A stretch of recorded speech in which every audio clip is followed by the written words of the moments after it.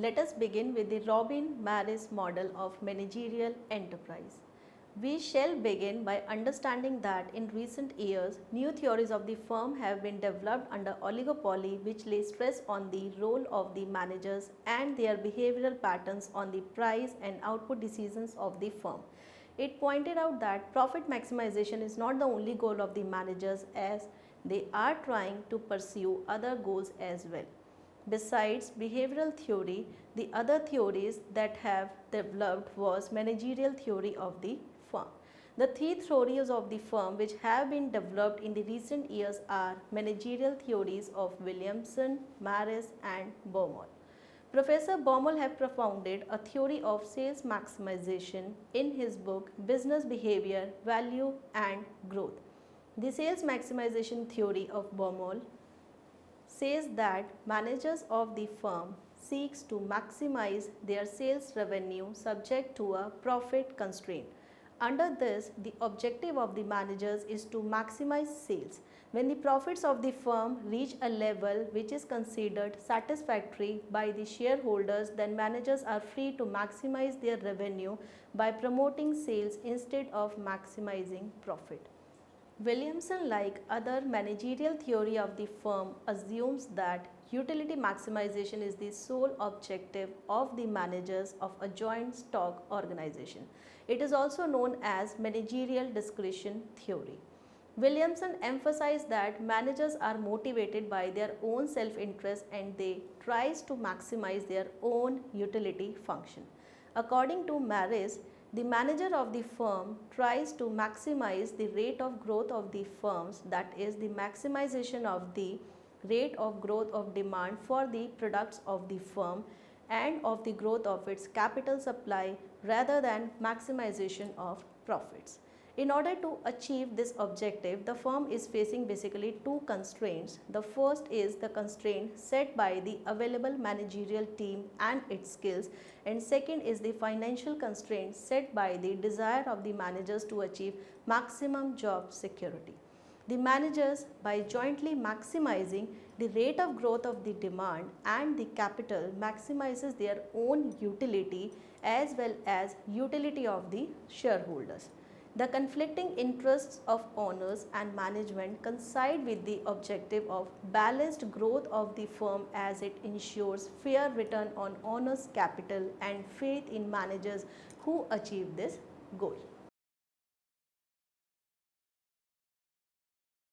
After studying this module, you shall be able to know the concept of managerial theory of firm, how Robin Marris' model is different from other managerial theories, understand why growth maximization is the goal of the managers rather than profit maximization. Let us begin by understanding the model of managerial enterprise.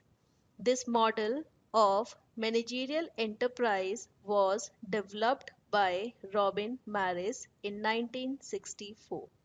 Like Williamson, Marris' approach is also based on the fact that whenever the difference between ownership and control exists, then the self-interest of agent makes profits lower than in a situation where principals act as their own agents. In other words, the Marris model is also based on the fact the ownership and the control of the firm are in the hands of two different people.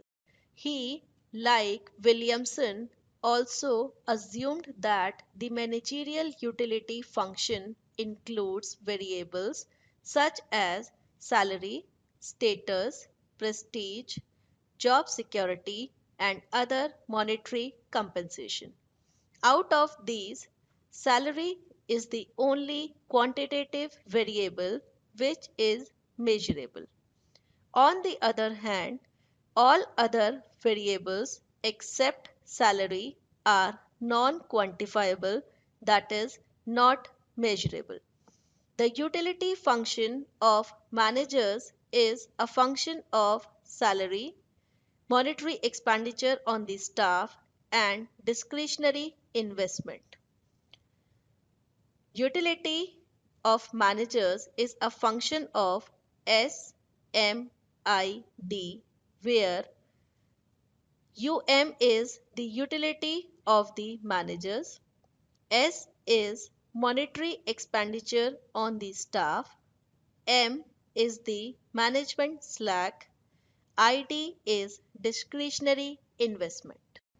Here, the variables expenditure on staff salary, management slack, and discretionary investment is used the unquantifiable concepts like power, status, job security, dominance, etc. The variable expenditure on staff, management slack, and disinvestment can be assigned some nominal values. The goal of the managers is the maximization of their own utility. On the other hand, the goal of the owners of the firm, that is, shareholders, is to maximize profits, market share, capital, output, public image, etc.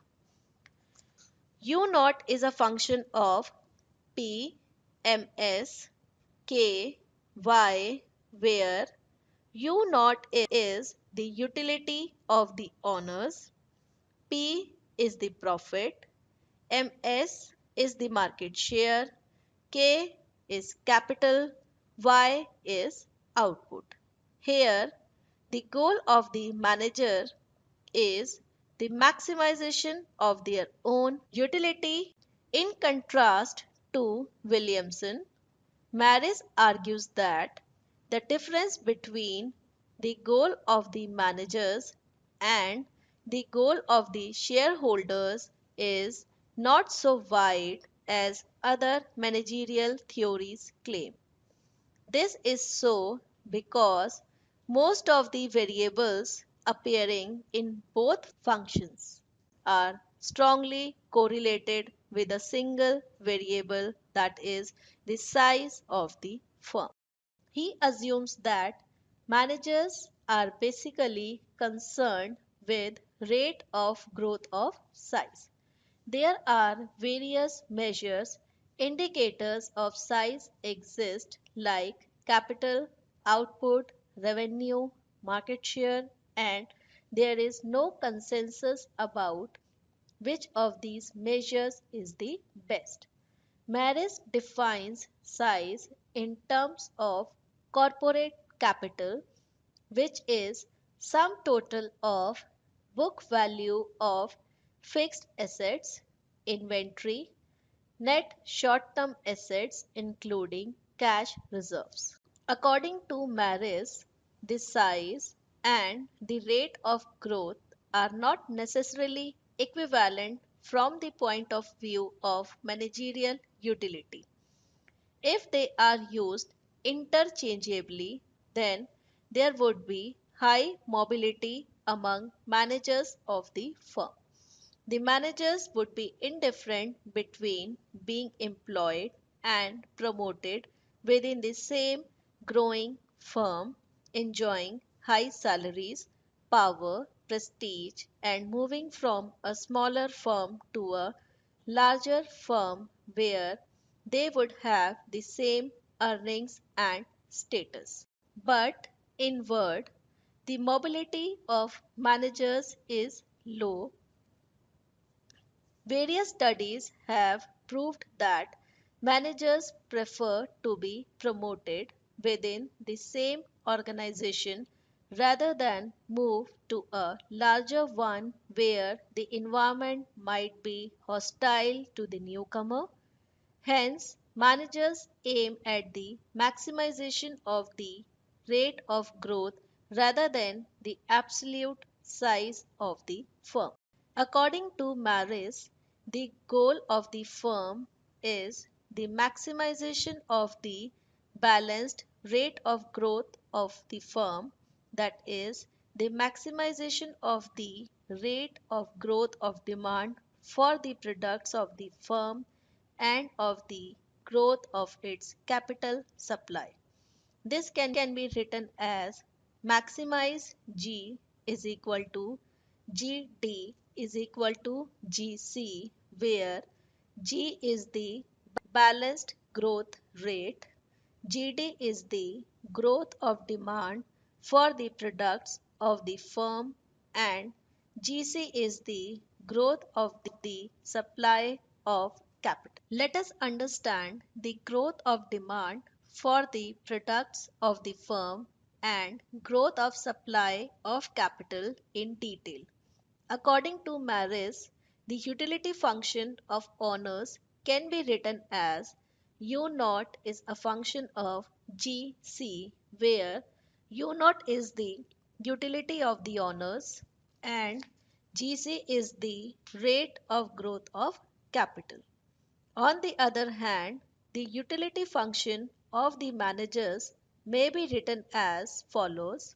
UM is a function of GDS, where UM is the utility of the managers and GD is the rate of growth of demand for the products, and S is the job security. Marris assumes the utility function of managers is a function of rate of growth of demand for the products and job security. He assumes that salaries, status, and power of managers are strongly correlated with the growth of demand for the products of the firm. Hence, managers will enjoy higher salaries and will have more prestige the faster the rate of growth of demand for the products. Marris recognizes that the drive for the rate of growth is not without constraints. Thus, in the model, there are two constraints, the managerial team constraint and the job security constraint. Let us examine these constraints in detail. Marris adopts Penrose's thesis of the existence of a definite limit on the rate of efficient managerial expansion. At any one time period, the capacity of the managerial team determines the upper limit to the growth of the firm. There is a limit to the output increased by hiring new managers because of their lack of experience and time lag involved in attaining required skill. Penrose's theory is that planning and execution of the operations of the firm are the result of teamwork, which requires the cooperation and coordination of all managers. There is a time lag when a new manager is fully ready to join the teamwork necessary for the efficient functioning of the firm. Thus, although the managerial ceiling is receding gradually, the process cannot be speeded up. Similarly, the other factors that also limits the rate of growth of the firm is research and development.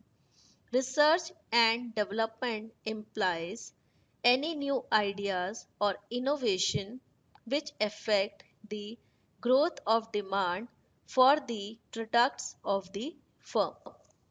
The work in the research and development department is a slow process and it cannot be expanded quickly. In order to enhance research and development, you need to hire new scientists and designers, which requires time to contribute efficiently. Research and development also cannot expand output continuously.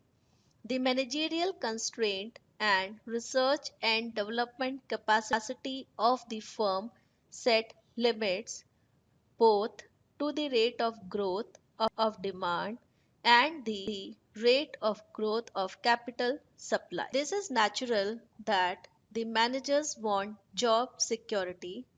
This desire of security by managers is reflected in their preference for service contracts, generous pension schemes, and their dislike for policies which endanger their position by increasing the risk of their dismissal by the owners. The risk of dismissal of managers arises if their policies lead the firm towards financial failure, bankruptcy, or render the firm attractive to be taken over by other competitors.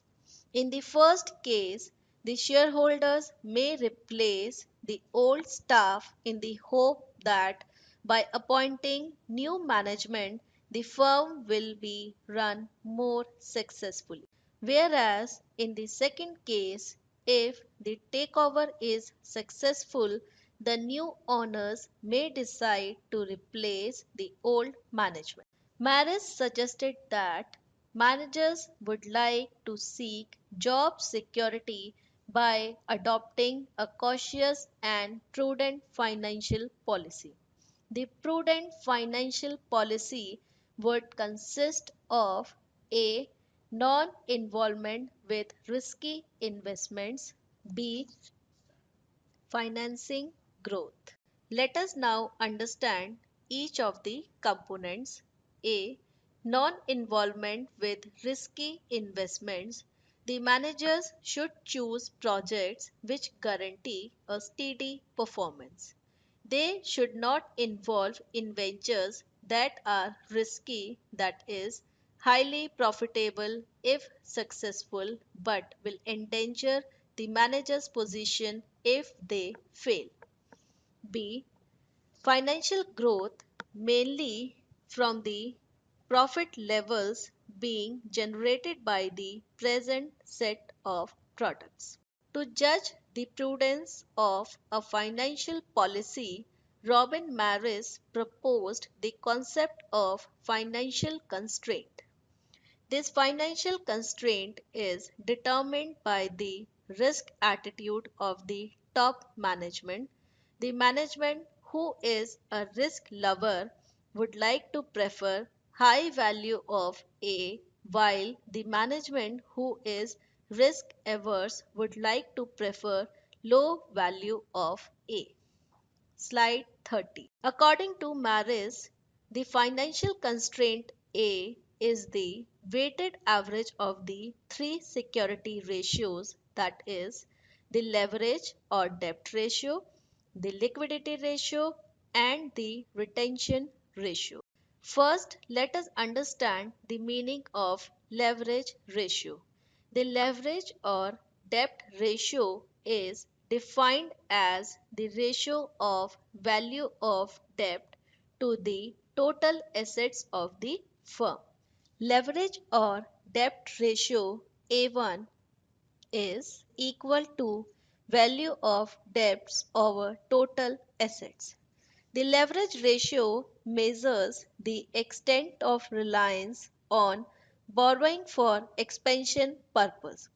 A lower leverage ratio would retard growth, and a higher leverage ratio would invite takeover bids and increases the rate of failure. Next, moving on to the liquidity ratio.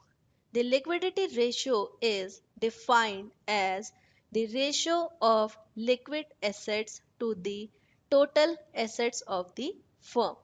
Liquidity ratio A2 is equal to liquid assets over total assets. Low liquidity ratio implies the possibility of insolvency of the firm, whereas high liquidity ratio increases the security. If the liquidity ratio is too high, then it would have an adverse effect on the rate of growth. Therefore, to ensure security, the management should choose the value of which is neither too high nor too low. In his model, Marris assumed that the firm operates in the region where there is a positive relation between liquidity and security. Moving on to the retention ratio, the retention ratio is defined as the ratio of retained profits to total profits. Retention ratio A3 is equal to retained profits over total profits. According to Marris, retained profits are the most important financial source for the growth of capital. The high level of retained profits cannot keep shareholders happy, and a too high retained profit implies that management is taking a risk of displeasing the shareholders.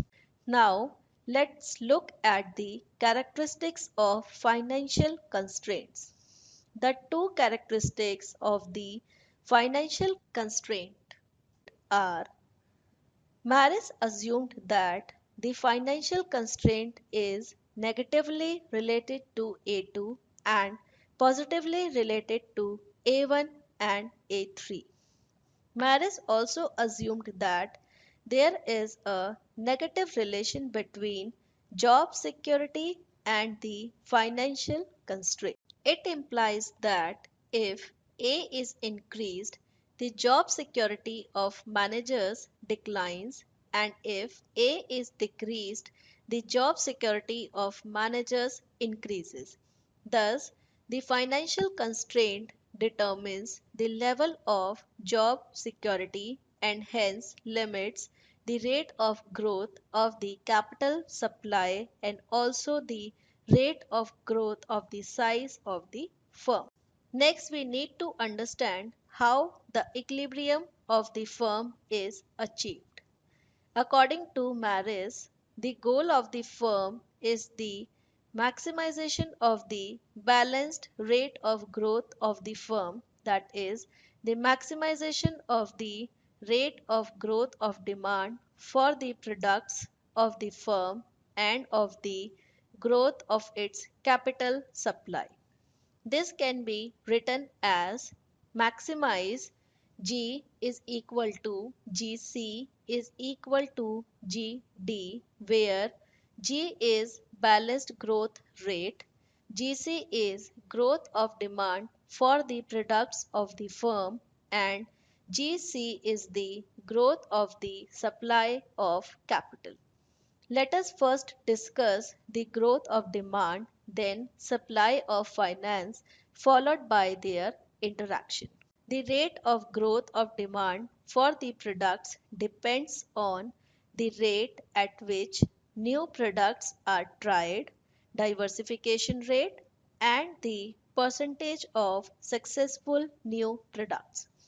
GD is equal to a function of dk, where D is the diversification rate, K is the proportion of successful new products. Further, we see the forms of diversification. The two forms of diversification are: 1. Differentiated diversification, second. Imitative diversification. Let's now understand the meaning of differentiated diversification. The firm may introduce a completely new product whose close substitutes are not available. These new products create new demand and thus compete with other products for the income of the consumer. According to Marris, this is most important form in which the firm seeks to grow. Moving on to imitative diversification, the firm may introduce a product whose close substitutes are available by existing competitors. It is almost certain to induce competitors' reactions. Given the uncertainty regarding the reactions of competitors, the firm prefers to diversify with new products. There exists a positive relationship between diversification and the rate of growth of demand. The proportion of successful new products K depends on the rate of diversification D, the advertising expenses, price of new successful products, the research and development expenditure, and on the intrinsic value of the products. K is a function of D, A, P, R, and D intrinsic value. The proportion of successful new products K is positively related to advertisement expenditure and research and development expenditure. Marris had used average profit margin M as a proxy for advertisement and research and development expenditure. The average profit margin M is negatively related to advertisement and R&D expenditure. The proportion of successful new products is also negatively related with the average profit margin. The proportion of successful new products depends on diversification as well.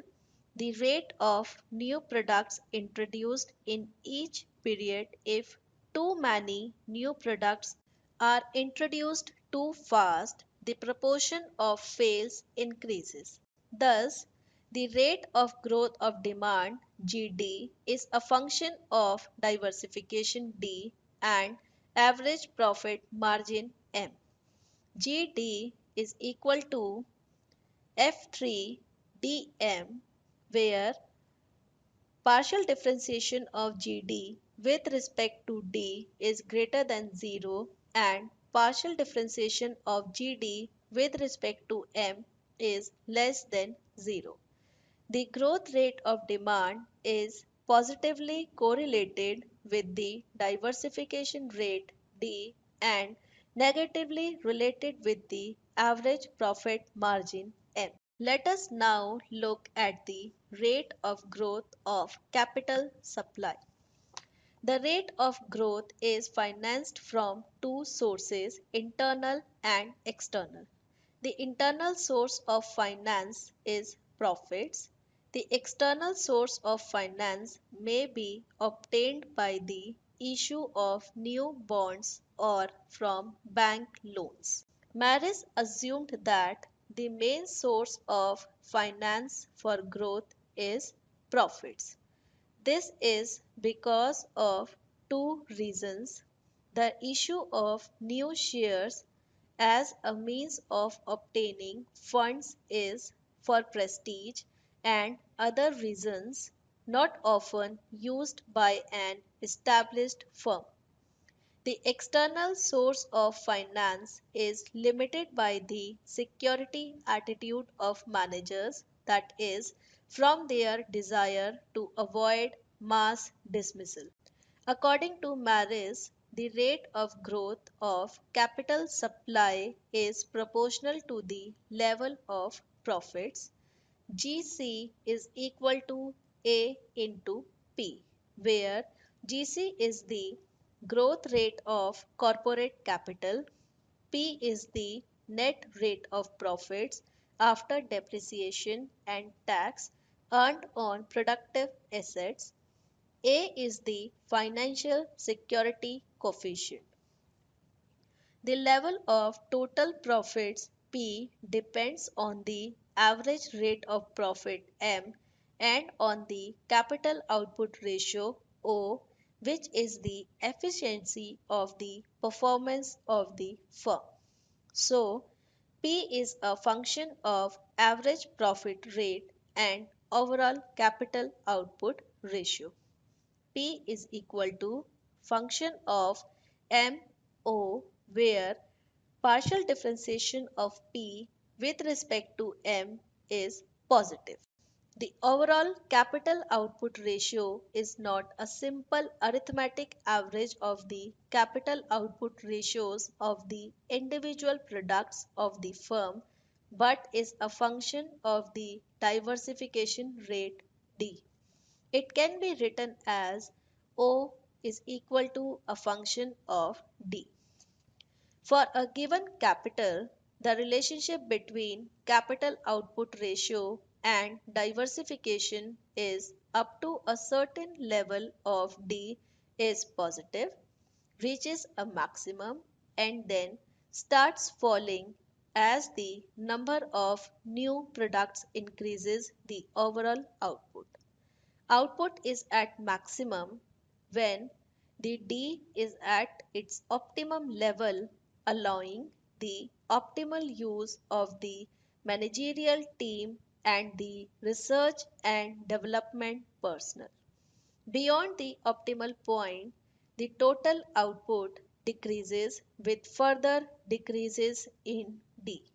Hence, the success rate for new products fall and efficiency declines. If all the security constraints on leverage, liquidity, and retention ratio are operative, the value of A becomes unique.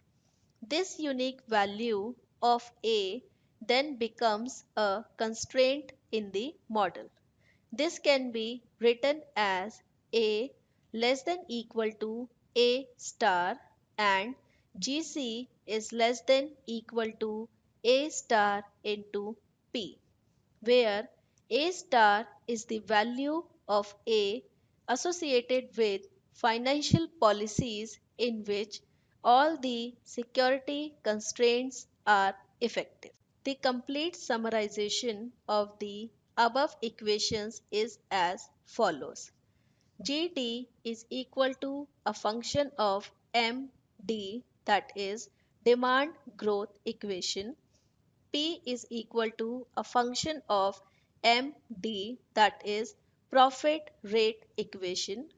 GC is equal to A into function of MD is equal to A into P, that is supply of capital equation. The equations for security constraint and balanced growth constraint are A less than equal to A star, that is security constraint, and GC is equal to GD, that is balanced growth equation.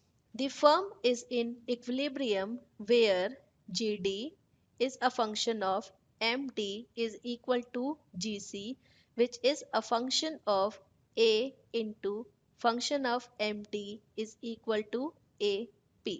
Here, the equilibrium equation depends upon two unknown variables M and T. The model cannot be solved unless one of the variables M or T is subjectively determined by the managers. Now, let us summarize what we have learned in this module. Like Williamson, Marris' approach is also based on the fact that whenever the difference between ownership and control exists, then the self-interest of the agents make profits lower in a situation where principals acts as their own agents. According to Marris, the goal of the firm is the maximization of the balanced rate of the firm, that is the maximization of the rate of growth of demand for the products of the firm and of the growth of its capital supply.